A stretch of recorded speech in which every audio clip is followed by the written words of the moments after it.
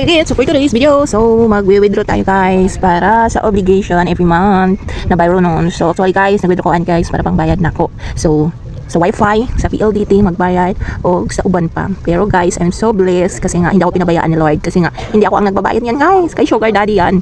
Kay Sugar Daddy na guys kwarta. So siya nagbabayad every month nako. So di na ako kailangan pa worry kay gi-send ra niya direct sa ako ATM. So no need to be worried na no. Wala na ako gipasen sa ako Gcash guys. Ug man kawatan na nga ako Gcash guys. Many times. So mao direct na niya guys ako bank account. So tapos na guys, so padulong nami sa opisina kung asa pud ko magbayad, no. So mao ang ato purpose guys. So at least na natay mga appliances. So kay Sugar Daddy na tanan guys, wala jud ako tanan kay Sugar Daddy. So magbayad ko so mao nang ako obligation every month guys. Maari ani na opisina tas nindot no kay active man ta mo bayad, no. So minus permi ang bayro don. Kay schedule yun guys, walang dili-dili. Kay isa ray ingon nako guys kay kay Sugar Daddy padala dayon walay pagduha-duha no. So guys, so padulong na pud mi sa sister-in-law.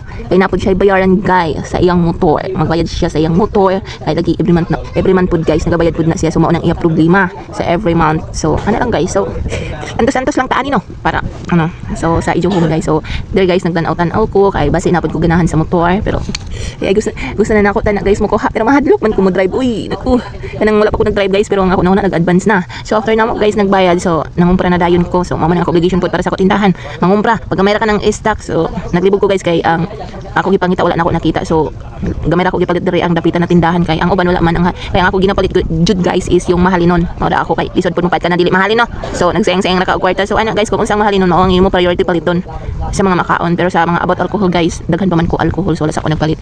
So or na guys pili-pili og nahulog so mga hulog na jud guys ang uban. Ay nako. So mao lang ni guys for today's video.